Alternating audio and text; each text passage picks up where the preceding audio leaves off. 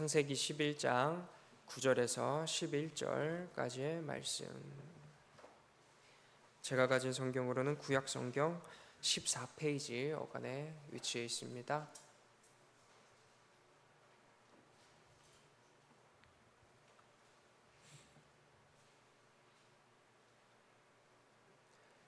다 찾으셨으면 한 목소리로 함께 읽도록 하겠습니다.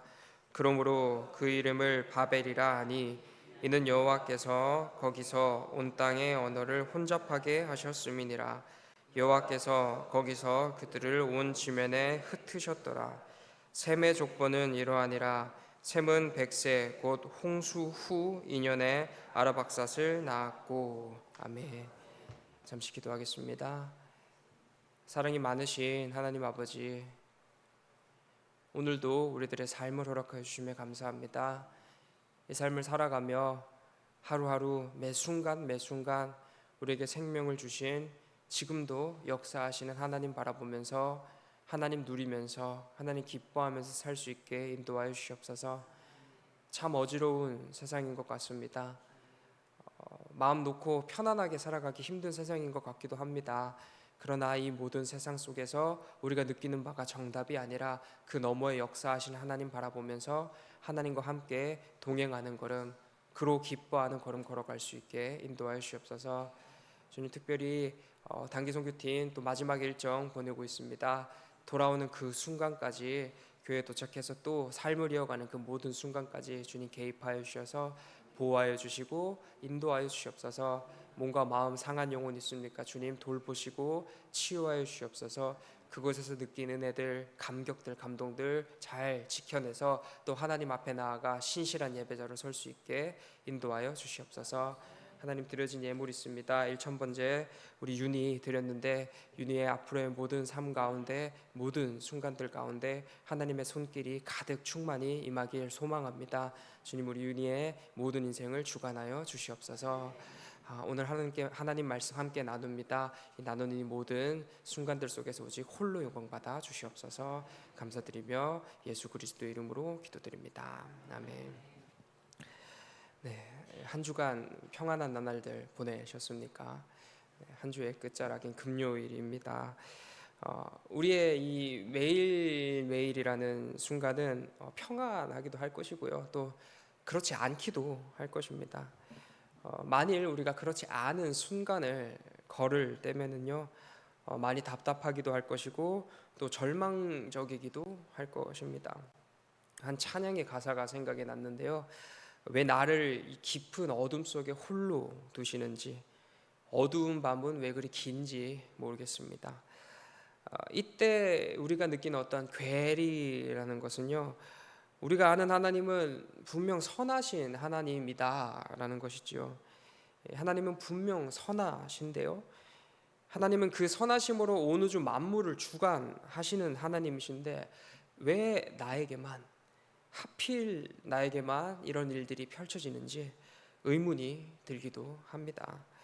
의문뿐이겠습니까? 우리 마음속에는 원망도 절망도 온갖 부정적인 감정이 휘몰아칠 것입니다.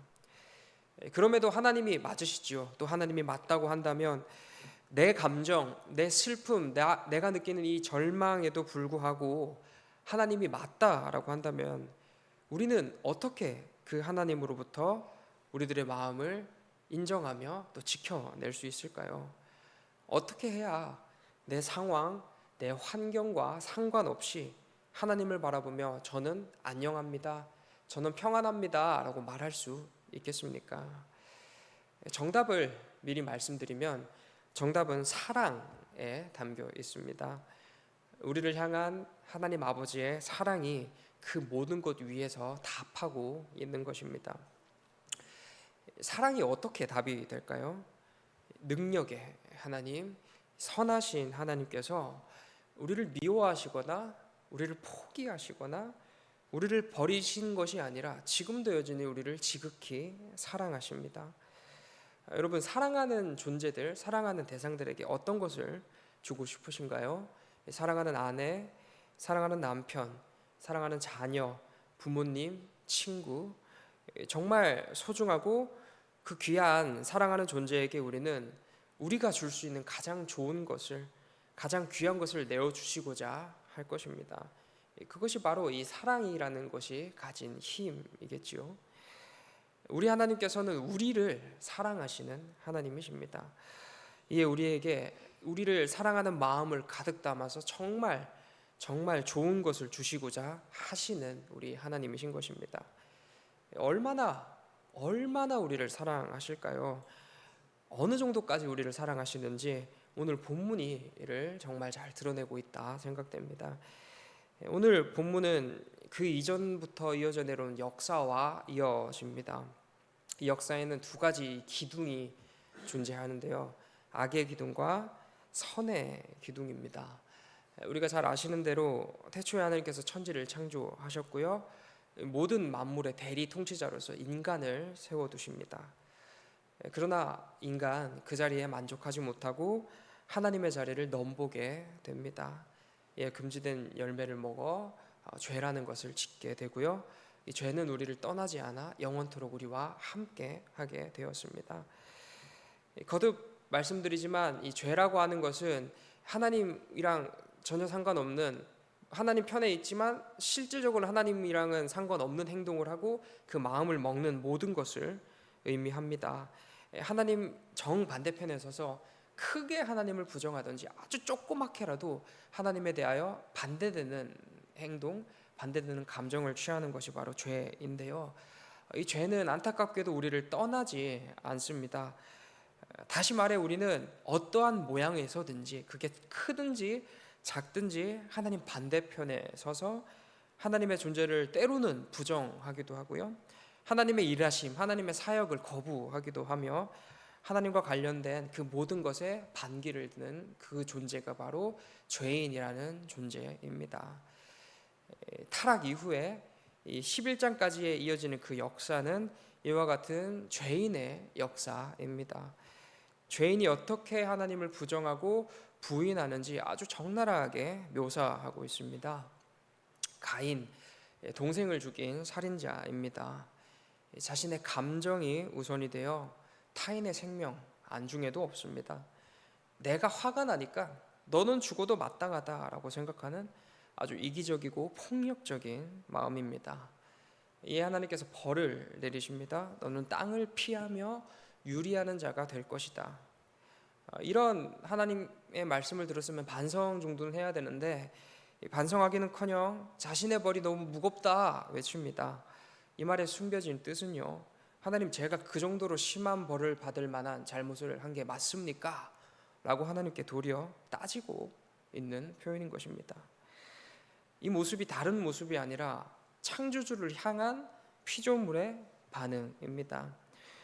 우리에게 생명을 주셨고요, 우리에게 터전을 주셨고 대리 통치자라는 아주 큰 권력을 주신 창조주이시나 우리는 그 자리에 만족하지 못하고 하나님의 자리를 넘보는 피조물, 그 하나님께 한 소리 듣자 그것도 견디지 못하여 힘껏 하나님의 존재를 부정하며 하나님께 반기를 드는 그런 피조물의 모습입니다. 이후의 모습은 더 심각한 모습이 그려집니다. 가인의 후손들은 살인을 밥 먹듯이 하고요, 자신의 살인을 노래로 만들어 부르기까지 합니다. 이 모습을 성경은 이렇게 기록합니다. 창세기 6장 5절 말씀인데요. 여호와께서 사람의 죄악이 세상에 가득함과 그의 마음으로 생각하는 모든 계획이 항상 악할 뿐임을 보시고, 이 사람의 죄악이 세상에 가득합니다. 어느 하나 제대로 된 자가 없습니다. 이러한 인간으로부터는 도저히 선한 것이 나올 수 없자 하나님께서는 물로써 온 세상을 심판하십니다. 그러나 이 이야기는 그렇게 끝맺음 되지 않습니다. 흘러가는 이야기 가운데 하나님은 분명한 은혜의 손길을 두셨습니다. 창세기 4장 26절의 말씀을 보면 셋도 아들을 낳고 그의 이름을 에노스라 하였으며 그때의 사람들이 비로소 여호와의 이름을 불렀더라 라고 기록되어 있습니다. 이 말씀의 의미는 그 죄악된 와중에 그 심각하고 추악한 그 죄 가운데에서 우리를 사랑하시는 우리 하나님이 구별의 은혜, 구원의 은혜를 베푸셨다라는 것을 의미합니다. 악의 기둥 가운데 선의 기둥을 세워 놓으신 것입니다. 그렇게 오직 하나님의 은혜에 힘입은 선의 기둥이, 선의 맥락이 이어져 내려옵니다. 그들 역시 의인 아니지요. 그들 역시 동일한 죄인이나 하나님의 크신 은혜를 입었습니다. 이에 죄악된 세상 가운데에서 모든 것과는 구별된 인생들을 살아갑니다. 그런데 모두 잘 아시는 대로 얼마 지나지 않아서 이들 역시 흔들리게 됩니다. 하나님의 보호하심, 하나님의 사랑, 하나님의 은혜라는 큰 것을 입음에도 불구하고 흔들립니다. 이에 구별된 인생을 포기하고 죄를 따라 죄를 쫓아 다시 하나님 반대편으로 향하는 인생을 나아가게 됩니다. 두 번째 배신이죠. 첫사람 아담의 심각한 배신에 이어서 하나님의 그 강력하고도 뜨거운 은혜를 입었으나 두 번째 하나님을 배신합니다. 사실 인간은 늘 배신하였지만 특별한 은혜를 입었다는 측면에서의 두 번째 배신일 것입니다. 이에 하나님은 모든 피조물을 물로써 심판하시는데 그때에도 우리 하나님 은혜를 두시죠. 노아와 그의 가족을 은혜로 말미암아 구원하여 주십니다. 이제 심판 이후에 세상은 새롭게 태어났습니다. 이에 어떤 측면에서 홍수 이후의 시점을 재창조라고 표현하기도 합니다. 아담으로 이어질 후손들이 이제는 노아를 기점으로 이어지게 됩니다. 노아 누구입니까? 아담과 동일하게 은혜를 입은 자입니다. 그 역시 죄인이고요. 그 역시 하나님을 떠나 살았던 존재이나 하나님의 은혜를 입어 구원이라는 것을 경험합니다. 누립니다. 하나님의 크고 놀라운 사랑을 받았습니다. 그리고 그 얼마 지나지 않아 펼쳐지는 그림, 오늘 본문에서 얘기하고 있듯이 2년도 지나지 않았습니다. 홍수 이후에 채 2년도 지나지 않은 그림이 오늘 본문의 그림입니다. 본문 4절에서는 탑 꼭대기를 하늘에 닿게 하여 우리 이름을 내고 온 지면에 흩어짐을 면하자라는 문장이 등장하는데요. 이 문장의 다른 의미는 하나님이 더 이상 우리를 건드리지 못하도록 하나님처럼 되자, 우리도 당신의 영역에 도달하자라는 의미입니다. 다시 하나님의 영역에 도전하는 아담의 죄가 등장합니다. 큰 은혜 입었지요. 홍수라는 그 심판 앞에 구원이라는 은혜를 입었습니다. 그 후손들입니다. 2년이 지나지 않았습니다. 그 은혜와 사랑 앞에 드러난 추악하고 죄악된 반응, 그 악한 반응이 다시 등장한 것입니다. 세 번째 배신입니다. 노아를 통해서 모든 만물을 새롭게 하여 주셨으나 그 새롭게 하심에 만족하지 못하고 다시 하나님께 도전하는 인간, 이 존재가 바로 죄악된 인간의 모습입니다. 누군가가 만일 이토록 이렇게 반복적으로 우리를 배신한다고 한다면 우리는 그를 다시 끌어안을 수 있겠습니까? 우리는 결코 그럴 수 없을 것입니다. 몇 번이고 기회를 줬지만 동일한 모습으로 돌아옵니다. 그냥 가만히 변하지 않는 것이 아니라 나를 향한 이 적개심으로 가득하여서 나의 자리를 넘보고요, 나의 모든 존재를 부정하는 반란군의 모습으로 서 있습니다. 그러니 우리는 그 원수 같은 그를 끌어안을 수 없는 것입니다. 그러나 우리 하나님 어떻게 하셨습니까? 그럼에도 불구하고 그 인간을 끌어안아 주십니다. 오늘 본문을 보면 언어를 혼잡하게 하셨다, 그리고 흩으셨다라고 하는 사건 직후에 셈의 족보가 이어지는데요. 바로 연달아서 셈의 족보가 이어집니다. 이 셈의 족보 끝에 누가 존재합니까? 아브라함이 등장하죠. 아브라함, 이 땅과 씨에 대한 약속을 받은 믿음의 조상입니다. 곧 그를 통하여 다시, 그리고 여전히 지금도 구원의 역사가 펼쳐지고 이어지고 있음을 드러내신 것입니다. 곧바로 타락 이후에 곧바로 구원을 말씀하심으로써 난 여전히 너를 사랑하고 있다, 난 여전히 너희를 향한 구원의 계획을 거두지 않고 있다라는 것을 드러내 주신 것이죠. 비록 인간은 타락하고 실패하였으나 곧바로 은혜를 부으시는 하나님이십니다. 몇 번이고 배신하여도 나는 너를 끌어안을 것이다. 몇 번이고 몇 번이고 너가 나를 떠나고 부정한다 할지라도 나는 너를 포기하지 않을 것이다. 이것이 바로 우리를 향한 하나님의 사랑입니다. 그리고 이토록 우리를 지극히 사랑하시는 하나님께서 바로 능력의 하나님이시죠. 단 한순간도 우리를 무시하거나 우리를 버리거나 우리를 하나님 눈밖에 두시는 것이 아니라 불꽃 같은 눈동자로 우리를 지키시고 보호하시는 분이 바로 하나님이신 것입니다. 그리고 그 하나님께서 허락하시고 함께 하시는 순간이 바로 우리들의 오늘이라는 순간입니다. 사랑하는 성도 여러분, 초반에 말씀드린 것처럼 왜 우리를 깊은 어둠 속에 두시는지, 홀로 두시는지, 어두운 밤은 왜 그리 긴지 잘 모르겠습니다. 그러나 우리에게 분명히 있는 것은요, 우리를 지극히 사랑하시는, 자기 자신까지 내어주기 마다치 아니하시는 사랑으로 우리를 돌보아 주시는 하나님이 계십니다. 우리를 향한 하나님의 사랑은 어떠한 상황 가운데에서도 어떠한 환경 가운데서도 결코 꺼지지 않습니다. 그것이 혹 자신을 향한 배신이며 적개심이며 반란군의 입장에 서 있다 할지라도 우리를 향한 사랑을 거두지 않으시는 하나님이십니다. 그렇게 늘 우리에게 차고 넘치는 사랑을 주시는 그 하나님께서 우리에게 이 오늘이라는 시간을 선물로 주셨습니다. 그러니 때로는 이 시간이 아픔이고 고통이고 슬픔이라 할지라도 정말 왜 도무지 나에게 이런 일이 벌어졌는지 드러났는지 이해할 수는 없으나 그 순간이, 그 시간이 나를 너무나도 사랑하시는 그 하나님께서 나에게 주신 시간이기 때문에 우리는 우리들의 감정, 그 속상한 감정 너머에 있는 하나님의 뜻과 하나님의 계획을 바라봅니다. 우리들의 환경과 우리들의 상황 너머에 있는 우리가 알지 못하지만 분명 밝게 빛나고 있는 하나님의 그 놀라운 뜻과 계획을 바라봅니다. 우리를 향한 하나님의 사랑이 분명하니, 그래서 늘 가장 좋은 것을 주시는 하나님이심이 역시 분명하고요.